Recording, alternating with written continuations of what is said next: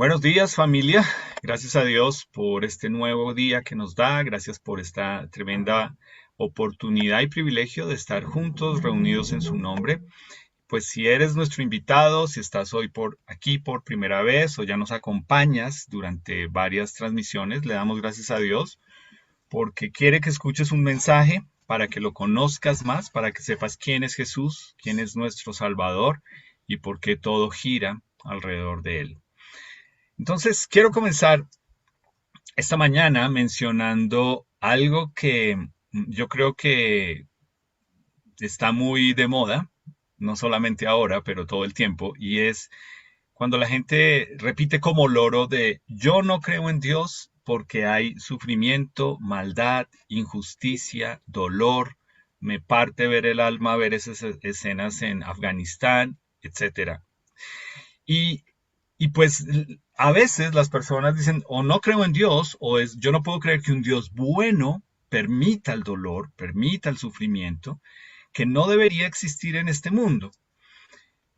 Y parece a veces que ese es un argumento válido, parece que a veces nosotros como creyentes nos tenemos que quedar callados y como decir, bueno, sí, tienes razón.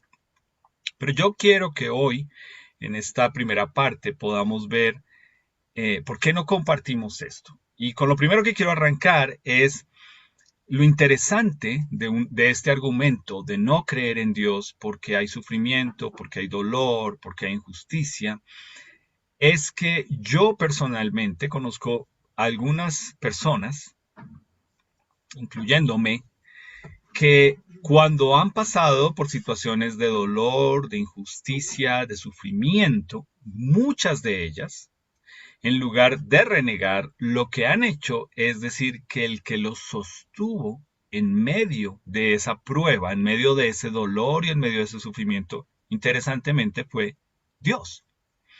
Así que es un argumento muy hipócrita basarse una persona en el sufrimiento de otros que manifiestan que sí creen en Dios para usarlo como una evidencia para no creer en Dios. ¿Entiendes? Es muy hipócrita, porque tú no has, la persona que dice eso no ha ido a preguntarles, oye, ¿tú crees en Dios en medio de lo que te está pasando? Y si lo hiciera, descubriría que muchas personas le van a decir que sí, que el que lo sostiene en medio de eso es Dios. Entonces, para muchos de nosotros que estamos hoy acá, precisamente a raíz de una situación dolorosa o injusta o de sufrimiento, es que pudimos experimentar la gracia de Dios sosteniéndonos en medio de una crisis. Eso es lo que la gran mayoría de nosotros ha experimentado y aunque muchas personas digan que dejaron de creer en Dios por una pérdida o por una crisis, yo también, y creo que muchos de los que estamos aquí, hemos conocido muchas personas que pasaron por algo igual o peor. Y lo que los sostuvo en medio de esa experiencia, de ese dolor, de esa crisis, su firme creencia en Dios. Entonces, la pregunta es precisamente eso. ¿Cuál es, qué es lo que hace la diferencia? ¿Por qué hay personas que ven a otros sufrir y dicen, yo no creo en Dios? ¿Y por qué hay personas que en medio del sufrimiento y del dolor se aferran más a Dios? ¿Qué es lo que hace esa diferencia? Pues interesantemente, no hay ninguna evidencia que muestre o no la existencia de Dios a raíz del dolor o del sufrimiento de personas en este mundo. Y en lugar de eso, más bien el dolor o el sufrimiento nos muestran que un Dios que no permita el dolor no existe. ¿Okay? Las personas parece que están buscando un Dios que los libre, que les los pase eximidos del dolor y del sufrimiento. Ese Dios no existe, eso no es real. Y parte de llegar a este punto, yo creo que lo que nosotros debemos entender es que Dios permitió que la mejor persona que ha existido en este mundo pasara por dolor, por sufrimiento. Jesús es la mejor persona que ha existido. Es hijo de Dios. Fue enviado a morir en una cruz Y todo lo que sucedió con él fue injusto, fue de un siervo sufrido, pero fue algo que él escogió, en lo cual él dijo, yo voy a pasar por esto porque es la voluntad de mi Padre. Y cuando nosotros lo vemos así, pues entendemos que realmente es lo que creemos porque fue lo que sucedió. La mejor persona que ha existido en el mundo se llama Jesús y es la persona que pasó por el mayor dolor e injusticia que ha habido. Entonces, todo esto nos hace llegar a esa palabra que tanto malinterpretamos y confundimos y es amor. Y cada uno de nosotros, aún a pesar de ser creyentes, tenemos una mala interpretación de qué es el amor cuando la pasamos a través de nuestra emoción, de nuestra emoción, de nuestro sentimiento. Ahí nos equivocamos. El amor, interesantemente, a la luz de la palabra de Dios, no se encuentra ni lo vamos a encontrar alrededor nuestro. El amor no lo vamos a encontrar en este mundo. Por eso es que eso nos cuesta cuando escuchamos esto, porque nosotros nos permitimos ser autoengañados pensando, sí, yo amo porque yo amo a mis hijos, o porque yo me encanta ver la naturaleza o los animales, o yo siento todo esto. Claro, Dios nos creó con esa emoción. Pero yo quiero que lo leas para que lo puedas entender. Cómo el apóstol Juan, que se llama el apóstol del amor, fue la persona más cercana a Jesús. Cómo por medio de la revelación del Espíritu de Dios nos lo dijo. En primera de Juan 4:16 nos dice, Dios es amor. ¿Te das cuenta? La definición del amor es Dios. No es el amor de mamá, no es el amor de papá, no es el amor a los hijos, no es el amor de pareja. Esa no es la definición del amor. Y es en lo que nosotros muchas veces buscamos la definición de amor. Y por eso es que vemos a este mundo y vemos el dolor, vemos el sufrimiento y decimos, no hay amor. Y lo que deberíamos ver es que no hay Dios en medio de lo que está pasando. Entonces, esta definición de amor, de que Dios es amor, nos pone a entender y a buscar la definición del amor fuera de este mundo. Así que nosotros que estamos hoy acá, que hemos nacido de nuevo en Jesús, deberíamos ser las personas que entendemos mejor de nadie qué es el verdadero amor y por qué, hasta que no conocemos a Dios realmente, es que vamos a entender qué es el amor. ¿Ok? Entonces, cuando pensamos en pruebas, cuando pensamos en dolor, cuando pensamos en sufrimiento, lo menos que pensamos es que Dios está en medio de eso, en medio de esa prueba. Entonces quiero que por favor busques en tu Biblia, en el libro de Santiago, capítulo 1, mientras tú lo buscas, porque aquí el escritor en este libro de Santiago nos muestra algo muy importante acerca de qué sucede cuando nosotros vemos el sufrimiento y el dolor en otros y de cuando lo vemos en nosotros mismos una vez que hemos nacido de nuevo en Jesús. Entonces, si estás en Santiago capítulo 1, el versículo 2 dice, hermanos míos, tengan mucho gozo cuando se hallen en diversas pruebas. Ahora, tal vez tú estás acá y dices, ¿qué? ¿Eso qué es? ¿No? ¿Cómo así que cuando esté pasando por problemas debería estar feliz? Es lo que dice acá.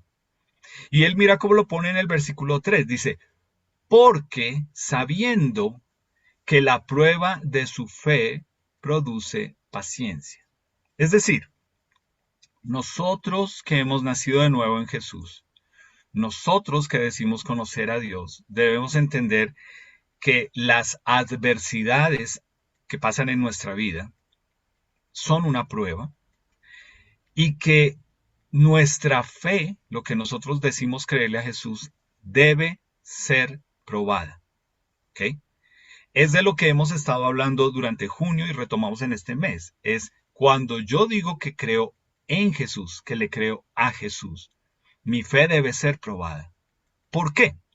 Porque cuando es probada, me dice aquí, que va a producir firmeza, es decir, fe que se mantiene en medio de las pruebas. Te lo voy a poner de una forma más práctica para que lo entiendas. Ojalá que tú conozcas personas de fe. Ojalá que tú conozcas personas que todo el tiempo te dicen si Dios quiere, si Dios lo permite, si es la voluntad de Dios. Y personas que en medio de pruebas, en lugar de renegar y de maldecir y de apartarse de Dios, tú ves que antes creen más en Él, confían más en Él y se aferran más a Él. ¿Sabes por qué eso pasa? Porque te puedo asegurar algo. Cuando tú conoces una persona que demuestra fe, que le cree a Jesús, es porque ha sido una persona que ha sido probada en lo que le cree a Jesús en medio de la adversidad. Y lo que eso hace es que esta persona entienda que ahora que su fe ha sido probada, tiene un testimonio para contar de lo que le cree a Jesús. Y eso es lo que nosotros hacemos en los grupos pequeños. Nosotros permitimos que haya un espacio en el que contamos cómo nuestra fe es probada y le contamos a nuestros hermanos cómo Dios nos da un testimonio para contar, de provisión de dinero, de salud, de cuidado, de respuestas a oraciones. Si tú vas a un grupo pequeño, ojalá que eso sea lo que tú estás encontrando en el grupo pequeño. No un estudio bíblico, no alguien que se sienta una hora a hablar. Dejen eso para el domingo, eso es lo que yo hago acá.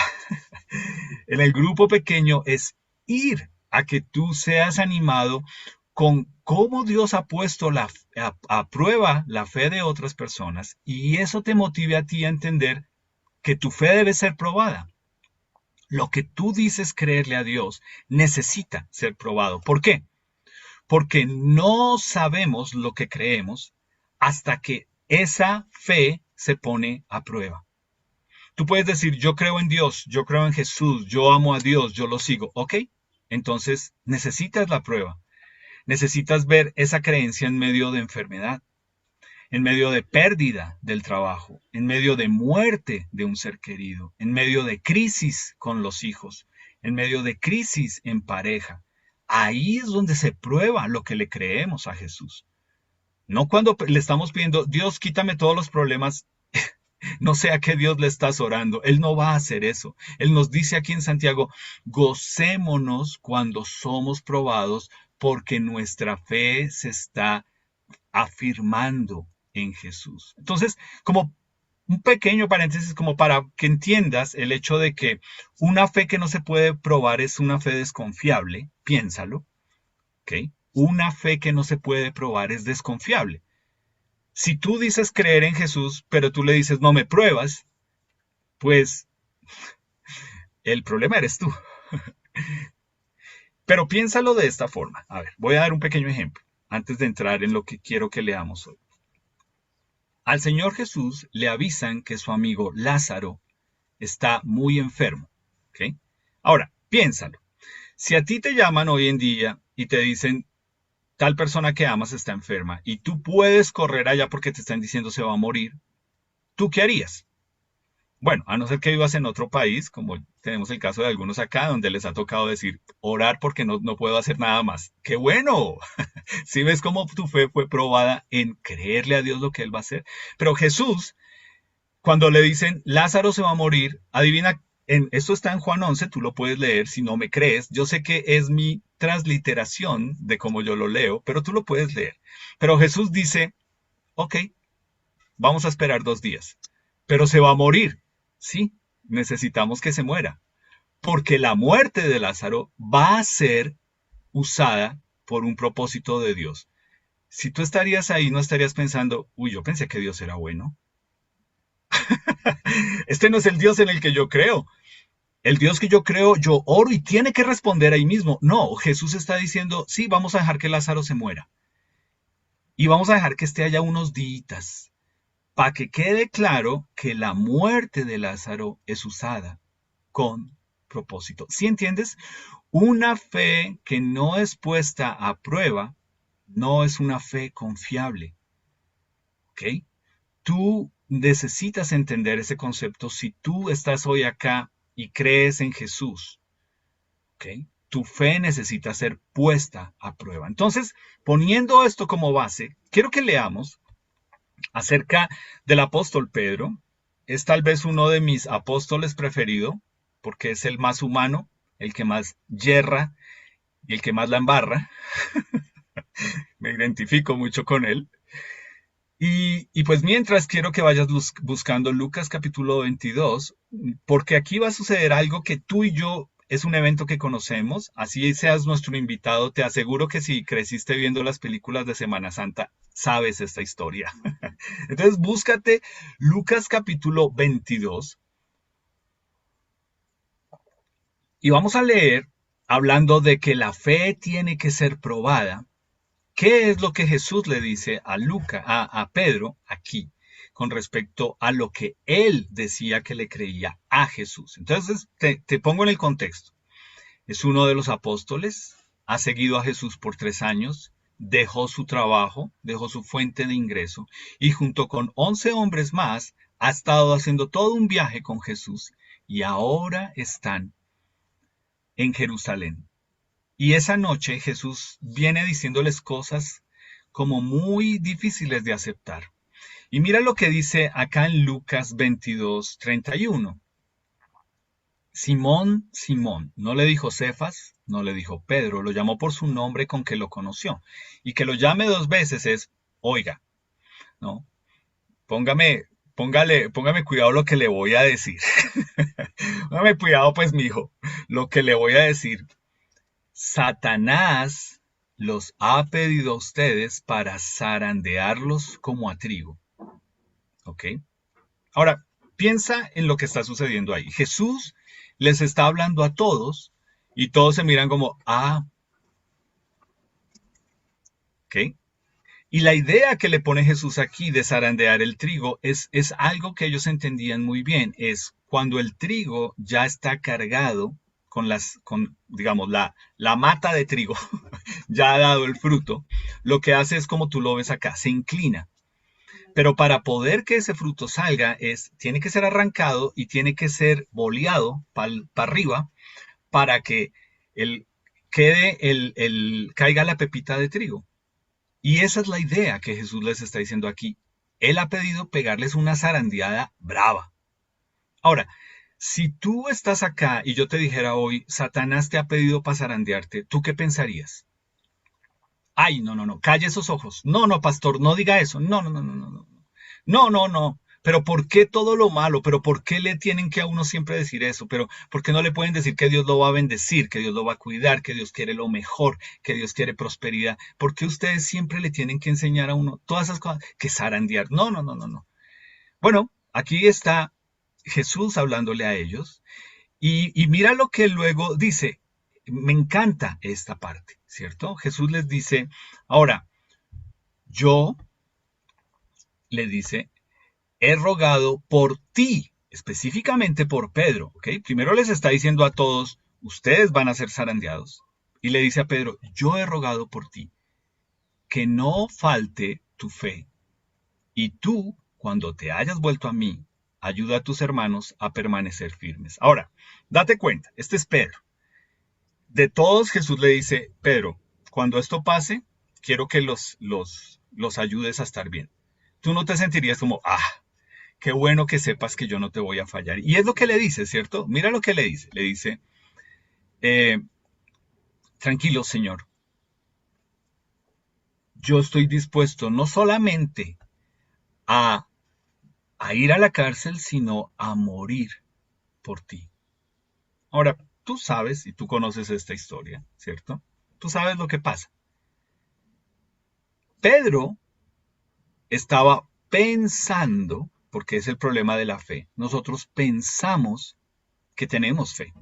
Sí, claro, yo le creo a Dios. Claro, yo creo en Dios. No es que yo llevo 30 años de ser cristiano. Yo creo que necesitas un cursito de fundamentos firmes para que veamos qué es lo que tú le crees a Dios. No se trata de años. No se trata, esto, mira, nuestra iglesia no es un club social. Aquí ni es el ejército. Aquí no es que la persona que lleva más años tiene mayor jerarquía que todos los demás. Eso no funciona así. Esto no es un club social, ni es el ejército. Y el mismo Señor Jesús nos lo enseñó cuando dijo, mirando a Juan el Bautista, dijo, aún la persona que llegue más recién al cielo va a ser más grande que el mismo Juan. ¿Entiendes? Entonces, aquí está Pedro diciéndole, Señor, yo estoy dispuesto a ir contigo a la cárcel y a la muerte, porque pensaba que le creía a Jesús. Todavía no había sido puesta a prueba su fe. Y tú y yo sabemos que se cumplió lo que el Señor Jesús le dijo, ¿cierto? El Señor Jesús le dijo, Pedro, te digo que el gallo no cantará hoy antes que tú niegues 3 veces que me conoces. Ahora, para una persona como Pedro y para cualquier ser humano que Jesús le diga a uno, no, tú vas a fallar, tú me vas a negar, es duro. ¿Okay? Y tú y yo sabemos que eso fue lo que pasó. Pedro negó 3 veces al Señor Jesús. Es más, nos dice el relato, y si tú lo puedes buscar, nos dice que lo negó hasta con groserías. Yo no lo conozco. Cuando llegó la prueba, Pedro falló. Pedro fracasó porque pensaba que iba a estar firme, que estaba fuerte. Pensaba. Y eso es lo que nosotros debemos entender. Si tú piensas que tienes una fe muy firme, entonces esa fe necesita ser probada. Tú y yo sabemos y leemos que el Señor Jesús muere, resucita, y cuando las mujeres van y lo buscan, él dice, díganle a los apóstoles y a Pedro que he resucitado. ¿Okay? Primero, o sea, le manda un mensaje directo, ¿no? Porque Pedro echó para atrás, Pedro volvió a su pesca, Pedro estaba ahí como yo perdí 3 años de mi vida, yo fallé, yo. Y el Señor Jesús va y lo busca un día en su trabajo, que era la pesca, madruga, lo llama, cocinan un pescado, y el Señor Jesús le da en 3 ocasiones la oportunidad a Pedro de decirle que lo ama. Le preguntó 3 veces, Pedro, ¿tú me amas? Pedro, ¿tú me amas? Pedro, ¿tú me amas? Así como lo negó 3 veces, tuvo 3 veces la oportunidad de decirle, Señor, yo te amo. Hasta que al final le dijo, Señor, tú lo sabes. Si te das cuenta, ya no era, yo sé que te amo. No, tú sabes por lo que pasé, cómo me sentí, lo que me dolió. Y yo te amo. Yo te amo. ¿Y sabes qué hace el Señor Jesús? A mí personalmente me da una lección a la que siempre tengo que volver porque el Señor Jesús le dice, ok Pedro, entonces ahora tú estás a cargo, apacienta mis ovejas. ¿Qué hubieras hecho tú? ¿No lo hubieras sentado 6 meses para que aprenda la lección? Para que aprenda, eso no se hace. ¿Cómo es que lo negó 3 veces? Uy, usted sí es de lo peor.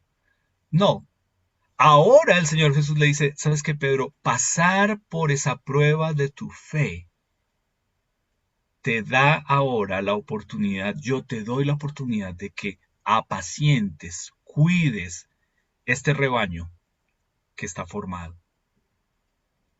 Y para mí esa es una lección, porque nosotros como iglesia, de esto se trata la gracia. Ahora, cuando lo que debemos entender es la gracia nos anima a que realmente hayan acciones que muestran que uno está arrepentido, no solamente llorar, no solamente decir, sí, yo la embarré y ya, no. Es un cambio, un giro, 180 grados en el que uno muestra y dice, Dios, si tú me vuelves a mí a dar la oportunidad, yo no te quiero fallar. ¿Ok? Y pues lo que vamos a leer es cómo el apóstol Pedro tuvo la oportunidad 2 meses después de este evento, que su fe volvió a ser probada. ¿Ok? 2 meses después. Entonces quiero que te ubiques en el libro de Hechos. Yo sé que aquí dice Hechos 3, pero vamos a leer en Hechos capítulo 4. Pero quiero contarte lo que está pasando acá mientras tú buscas Hechos capítulo 4. La iglesia, el Señor Jesús viene, les dice, es necesario que yo me vaya, porque si yo no me voy, pues no puede venir el Espíritu Santo, que es el que ahora va a morar en ustedes, que es el que les va a dar la fuerza, que es el que va a estar con ustedes todos los días, porque va a estar dentro de ustedes. Ya no me necesitan a mí, Él va a estar con ustedes.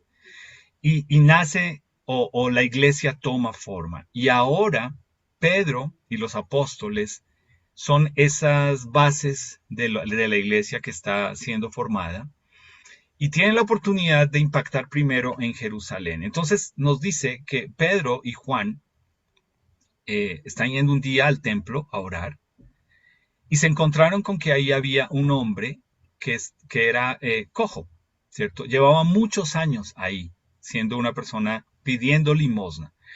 Y tú y yo sabemos, cuando tú tomas todos los días la misma ruta de Transmilenio y se sube la misma persona a echar el mismo cuento, y uno dice, venga, pero eso lo dijo, toda esta semana lleva diciendo el mismo cuento. Bueno, este señor era igual, ¿no? Lo ponían todos los días a pedir plata.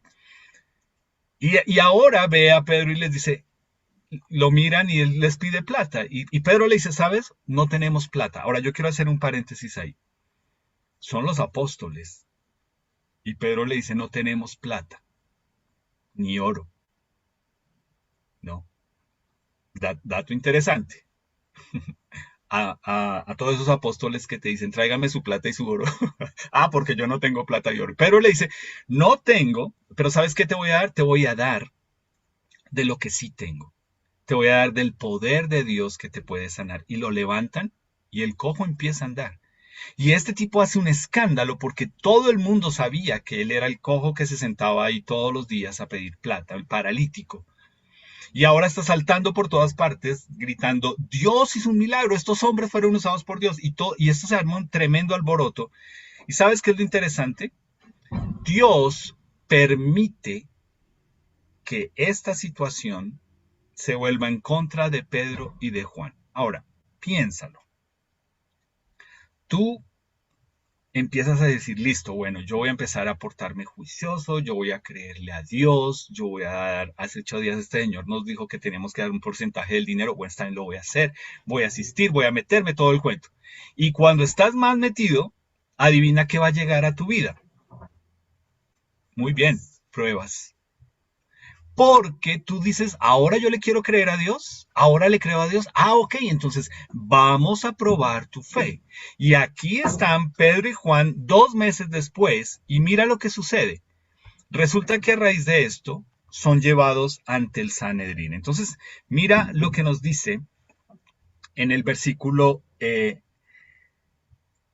Dice que ellos obviamente a raíz de este escándalo los metieron a la cárcel primero. Y en el versículo 5 nos dice, al día siguiente se reunieron en Jerusalén los gobernantes, los ancianos y los escribas. Es decir, fue una reunión importante, porque nos dice que ahí estaba también Anás, Caifás, Juan, Alejandro y todos los que eran de la familia de los sumos sacerdotes. Versículo 7. Y poniéndoles en medio les preguntaron, ¿con qué potestad o en qué nombre ustedes hicieron esto? Es decir, lo que esta gente al reunirse le está diciendo a ellos es, nosotros somos el mismo grupo de personas que 2 meses atrás enviamos un mensaje muy claro a todas las personas que dicen creer en Jesús. Y es, ¿usted quiere creer en Jesús? Entonces usted va a morir como Él murió. Piénselo, porque lo que le pasó a Él es lo que le va a pasar a usted. Entonces aquí están Pedro y Juan delante de ellos diciéndoles, oigan, ¿a ustedes no les quedó claro lo que le pasó a su maestro? No se dan cuenta que nosotros, que teníamos la potestad de que Él muriera y terminó crucificado, les estamos dando a ustedes la oportunidad de que nos digan, ¿ustedes hicieron esto en nombre de Jesús? ¿Cierto que no? Porque si no, ya saben lo que les va a pasar.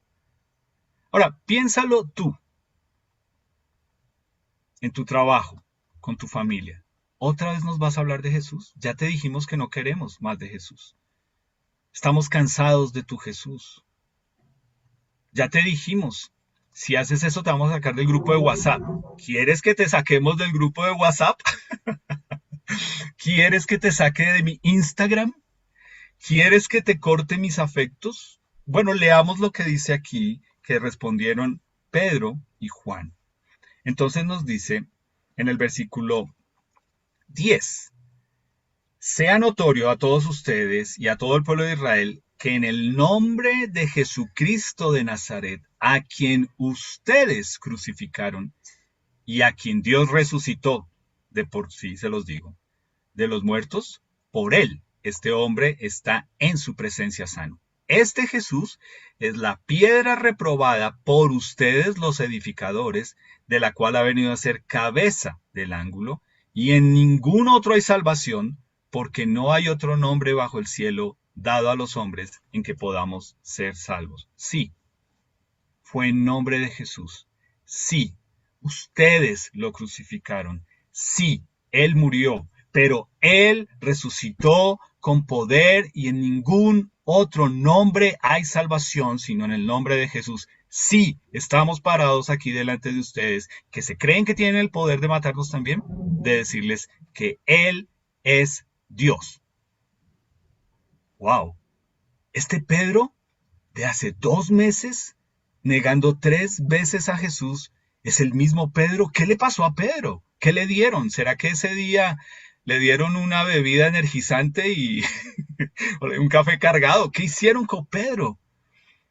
¿Te das cuenta de lo que está haciendo? Se está parando ante las personas que tienen la potestad de decir, tú puedes morir hoy mismo te puedes morir. Y está diciendo, ok, lo hicimos en el nombre de Jesús. Es el único nombre en quien hay salvación. Si tú eres nuestro invitado hoy, te lo decimos a ti.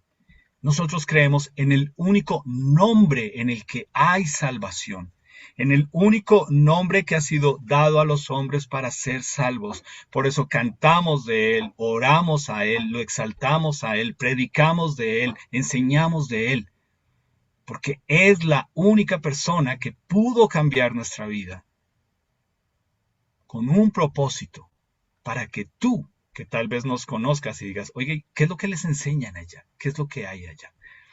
Es el nombre de Jesús. Ahora, mira el versículo 13. Aquí viene algo interesante. Nos dice, entonces, viendo el denuedo de Pedro y de Juan, y sabiendo que eran hombres sin letras y del vulgo, se maravillaban y les reconocían que habían estado con Jesús. Es decir, denuedo. Yo no sé si tú sabes qué significa esta palabra. No es una palabra común. No es una palabra que tú escuches a todo el mundo decirla. Pero denuedo, si lo subrayas ahí en tu Biblia, quiere decir una fe no negociable, firme, atrevida, valiente. ¿Por qué? ¿Porque fuiste a una charla? ¿Porque te aprendiste un versículo? No, porque ahora el Espíritu de Dios vive en ti y es Él el que te da la fuerza para hablar con ese denuedo. Eso es denuedo. Es entender que lo que esta gente está diciendo es, estos analfabetas pueblerinos, ¿por qué hablan así? ¿De dónde hablan así? Ahora, yo quiero hacer énfasis ahí. Porque yo te puedo asegurar una cosa. Si nosotros hoy tuviéramos a Pedro y a Juan entre nosotros, creo que los etiquetaríamos como, de verdad que ellos vienen de allá, de ese pueblo de Galilea, acuérdense. Allá no son muy estudiosos, allá son como perezosos, ¿no? Los galileos. Y aquí está este mismo Sanedrín, o sea, entiende, estas son todas las personas cultas, estudiosas, estudiadas, con dinero, de estrato 500 mirando a este par de pueblerinos diciendo, ¿qué? ¿Qué les dieron a estos? ¿Qué se fumaron hoy? ¿Qué es esto que tienen hoy de nuevo? Una fe que no negocia lo que cree, que es atrevida, que es valiente, que es firme. ¿Tú tienes esa clase de fe en Jesús? ¿Tú tienes la clase de fe que sabes que creer en Jesús es no negociable? Yo te pregunto a ti, tú dices creer en Jesús, tú que eres un hijo de Dios, una persona que ha nacido de nuevo en Jesús, ¿tú has negociado tu fe? ¿Tú has puesto tu fe en una situación en la que tú te permites negociarla? Ah, no, es que, no, tranquilo, es que es del trabajo. Por eso, entonces, ¿dónde tienes que mostrar que eres creyente? ¿Los domingos acá? No, pero pastor, es que él es buena gente. Ella es linda. Ok, o sea, tú me estás diciendo que estás buscando una persona que está muerta espiritualmente porque te parece linda por fuera. Ay, pero es que ustedes son muy estrictos, es que ustedes no lo conocen, ustedes no la conocen. Ok, yo te estoy hablando de fe. Tú dices que crees en Jesús. ¿Tú qué le crees a Jesús? ¿Que tú eres el salvador de esa persona? Yo no creo. El salvador se llama Jesús. ¿Qué es lo que tú le crees a Jesús? ¿Se nota en tu vida? ¿O tú crees que tú puedes tener el control de algunas cosas los domingos y entre semana decir, ah, no, pero como esto es del trabajo, no, yo ahí no necesito a Dios? No hasta que hay una crisis. Y aquí están Pedro y Juan y leemos que dicen que les reconocieron que habían estado con Jesús. Es decir, estas personas que están acá se dieron cuenta que el evento que sucedió con Jesús 2 meses atrás, 2 meses después, ven al mismo Jesús en estas personas. Entonces yo te pregunto a ti, ¿qué ven las personas en ti? ¿Ven a Jesús? ¿Se refleja en lo que tú crees? ¿O tú tienes que estar todo el tiempo diciendo, ay, es que somos humanos, todos cometemos errores, nadie es perfecto, no me pidan perfección? No, es que nadie te la está pidiendo. Pero ¿tú reflejas a Jesús? Es de eso de lo que estamos hablando acá. Un Pedro y un Juan llenos del Espíritu Santo están con una fe no negociable. Y te estoy hablando de están parados frente a personas que les dicen, ustedes se pueden morir hoy. Y tú crees que tu jefe es alguien tan importante, o no sé qué persona, que te permites negociar tu fe. Bueno, está bien, es una mentira chiquita, blanquita, piadosa. Eso no le hace daño a nadie, tranquilo. ¿No? ¿No se supone que tú no debes decir mentiras? Bueno, está bien, pasemos este papel. Pues no hay problema, total, nadie se va a dar cuenta. No, no está el Espíritu de Dios viviendo en ti, entonces ¿quién se dio cuenta? Dios. ¿Qué tanto tú negocias tu fe y realmente no te estás pareciendo a Jesús frente a personas que tú les concedes un lugar en que te atemorizan a ti? Ay, es que está el doctor tal, la doctora tal. Ok, ¿son Dios? ¿Comen gente? ¿Te pueden pegar? No, entonces, son un ser humano.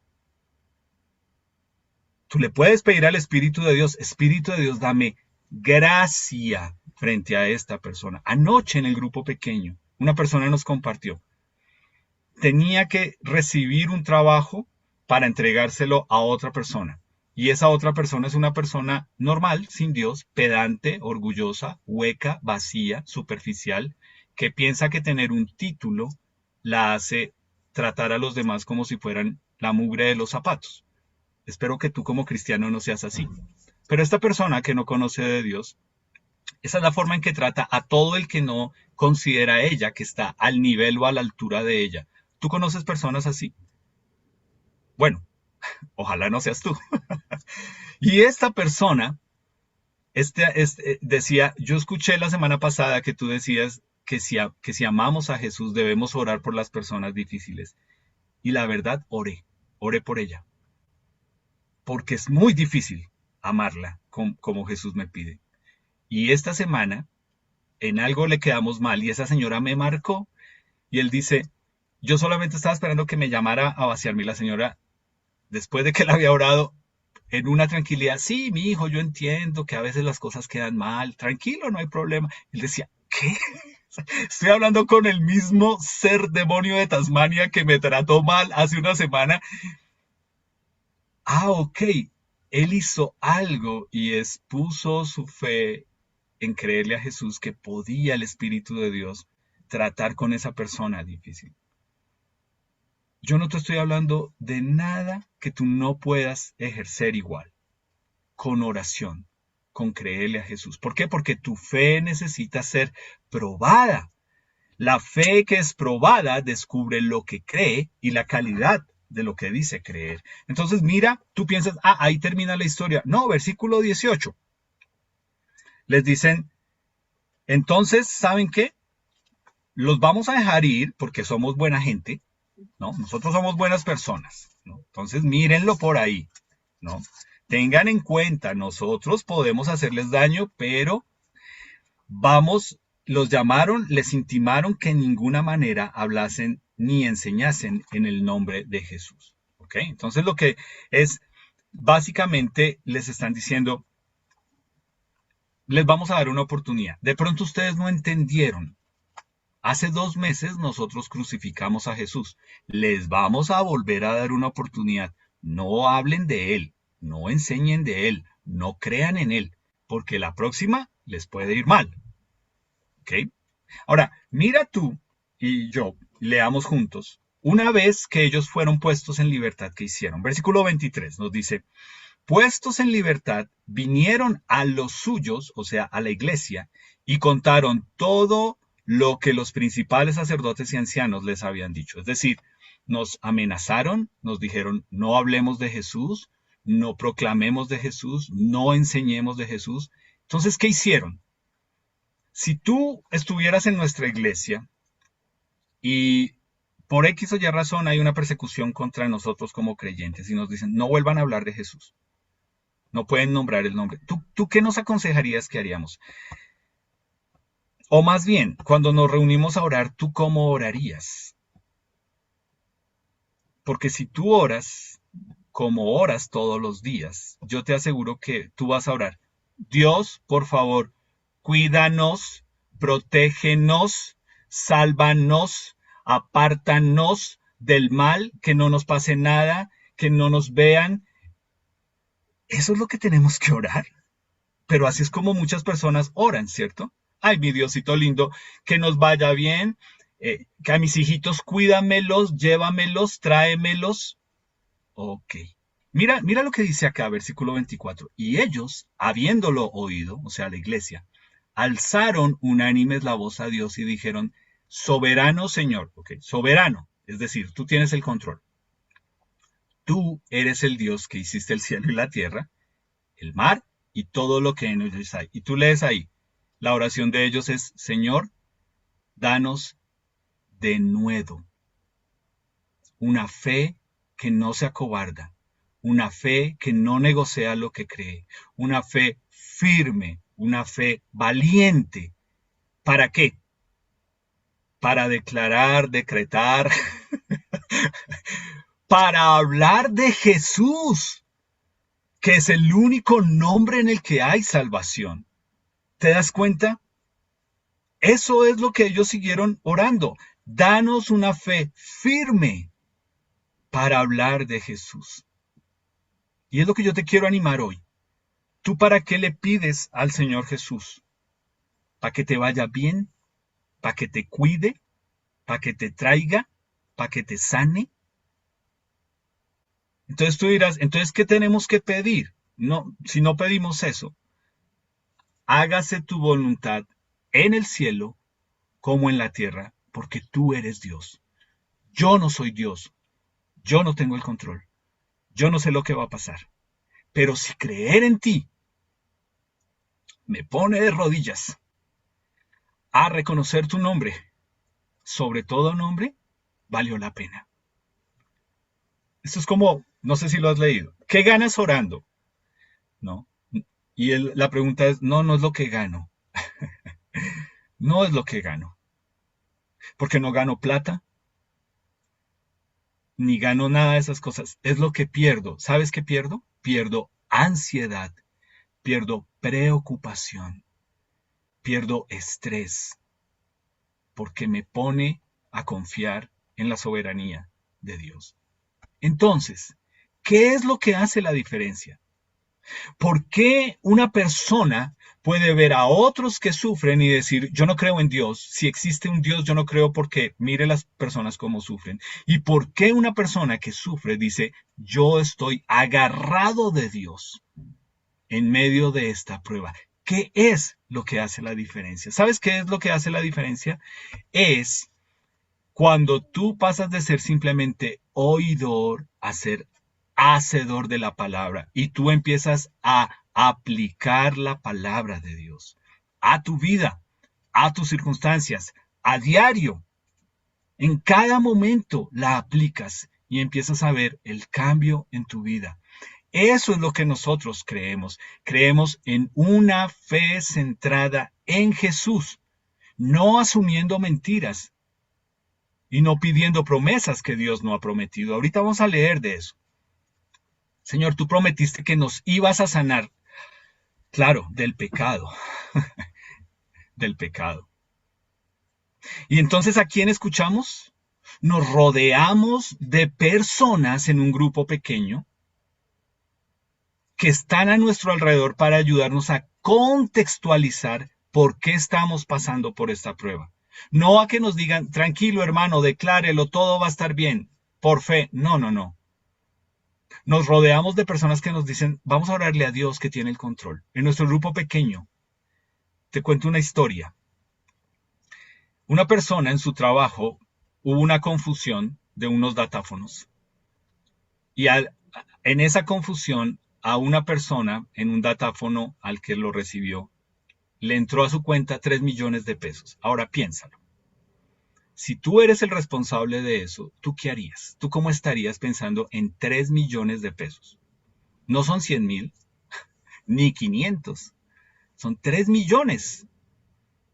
Tú mueves cielo y tierra para que esa persona, ok, lo lograron, contactaron a la persona. Pero lo que la persona dice es, bueno, en este momento estoy sin cash. Pero ¿cómo así si le acaban de entrar 3 millones? Ah, pues sí, pero yo ya me los gasté. Cuando tenga la plata yo lo devuelvo. Y en nuestro grupo pequeño oramos por eso. ¿Pero qué oramos?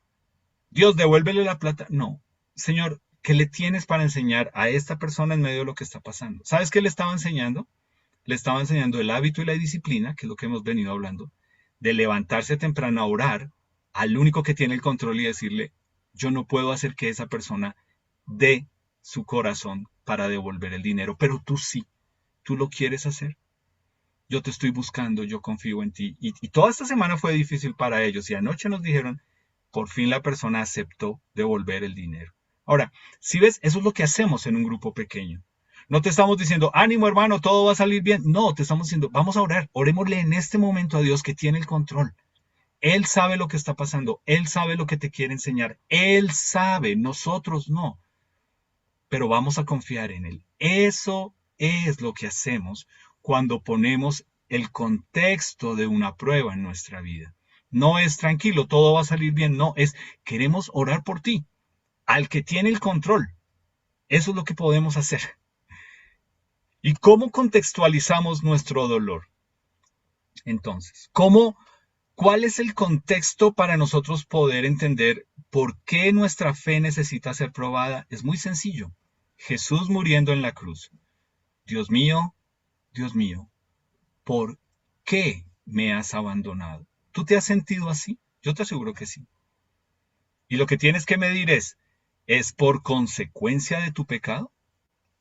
Si es por consecuencia de tu pecado, no fue Él el que te abandonó. Eres tú el que te alejaste. Si es por una prueba en la que tú no tienes el control, Jesús te entiende, ¿sí te das cuenta? Porque en ese momento cuando Él declaró eso, sobre los hombros de Él estaba siendo puesto el pecado del mundo. Y por eso la comunión con Dios se rompió. Porque Dios el Padre, que es santo, no podía aceptar a Jesús con ese pecado encima. Por eso es que él dice, me has abandonado. En este momento siento que no estás conmigo. Tu presencia me ha soltado. No te siento. Entonces, ¿cómo debemos orar cuando estamos en medio de una prueba? Señor, ayúdame a ver esta situación como tú la ves. No como yo la quiero ver, no como me gustaría que fuera, sino como tú la ves. Ayúdame a que por medio de esta situación yo pueda ver tu mano en esta situación. Eso es lo que debemos orar en medio de una prueba. No, Dios, quítame la prueba. Eres injusto. Esto no, ¿por qué a mí? ¿Por qué en este momento? ¿Por qué en este? No, ayúdame a ver lo que tú quieres formar en mí. Ayúdame a ver por qué mi fe necesita ser probada. Yo quiero verte en medio de lo que está pasando. Yo quiero exaltarte. Yo quiero adorarte. Yo quiero no entender por qué, pero sí poder decir, ok, tú estás aquí conmigo. Tú no me has abandonado. Tú permaneces fiel. Porque si podemos ver a Dios en medio de nuestra prueba de fe, adivina qué va a pasar. Lo que leímos en Santiago. Alégrense cuando su fe es puesta a prueba, porque eso va a producir ¿qué? Una fe firme. Una fe que luego tiene un testimonio para contar, para decir, ¿sabes?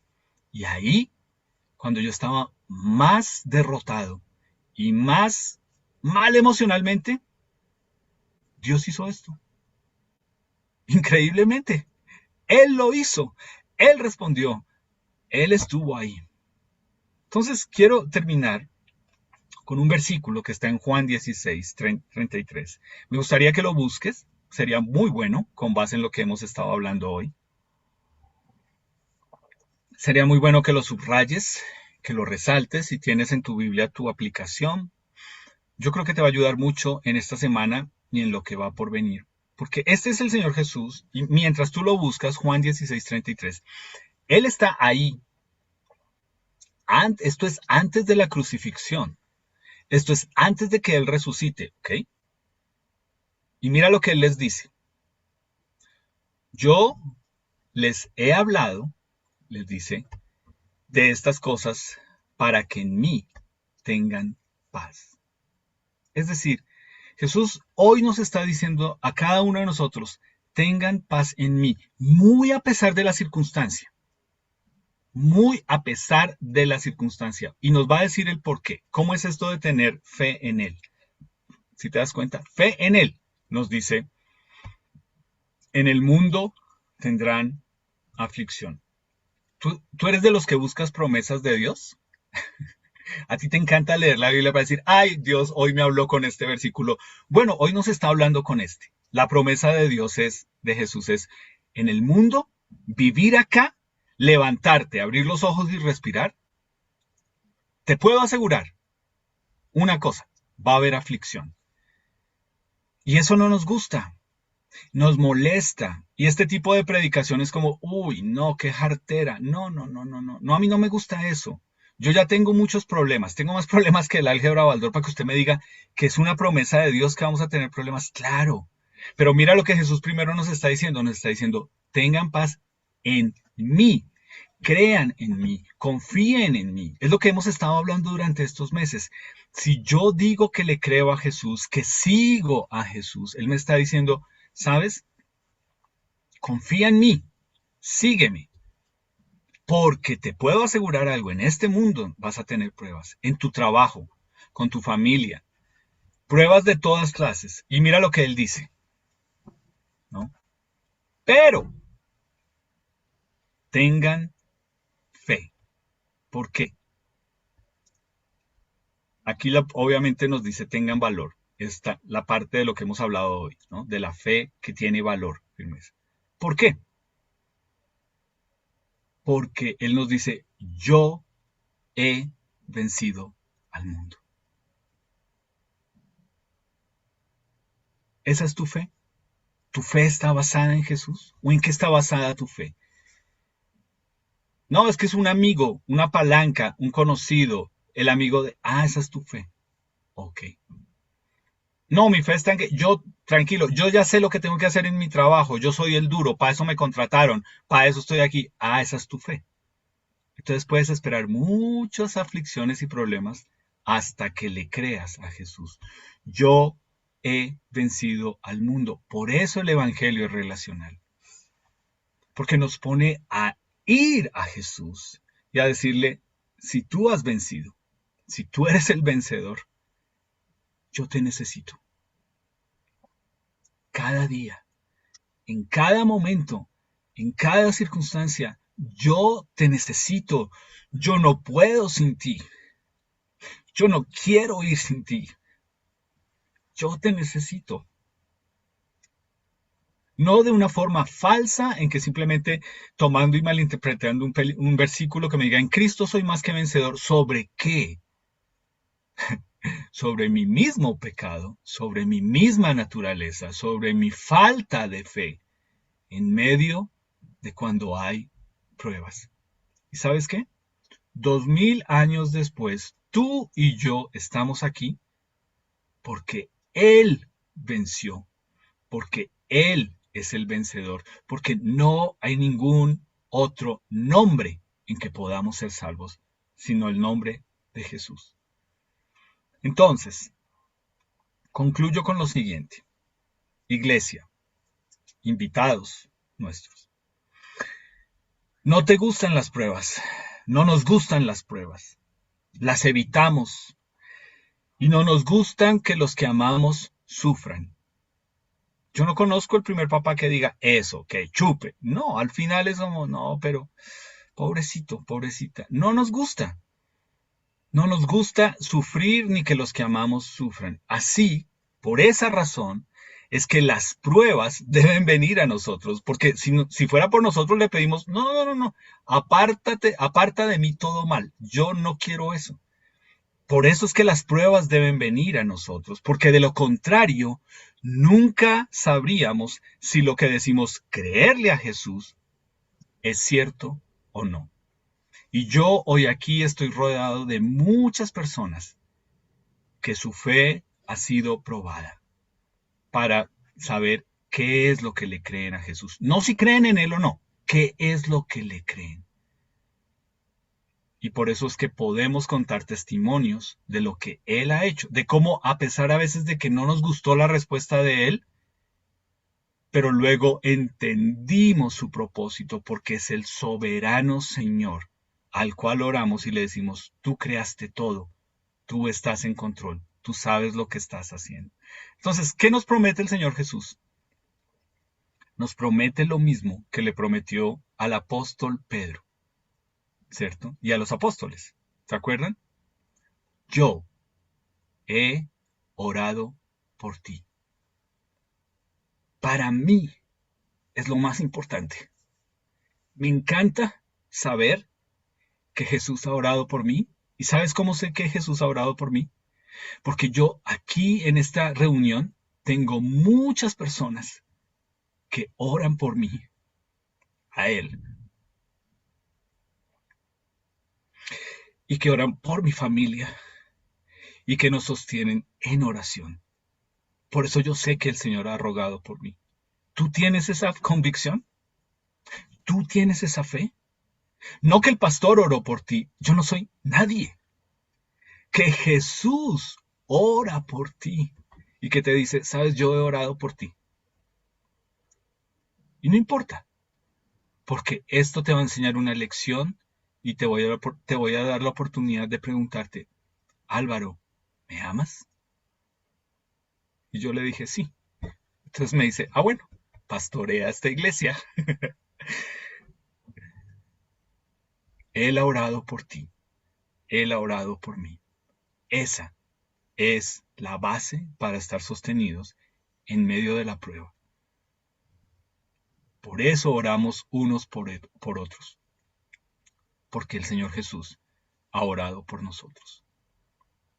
Señor Jesús, yo te adoro hoy por haber orado por mí y por cada uno de nosotros, porque nos has permitido entender que es tu oración la que nos sostiene en medio de las pruebas que vienen a nuestra vida Tal vez otras personas las ven y las consideran que no es una prueba, pero para nosotros son importantes. A nosotros nos ponen a preocuparnos, a ponernos ansiosos y tú nos has dicho, ven a mí, yo soy al que tú debes venir.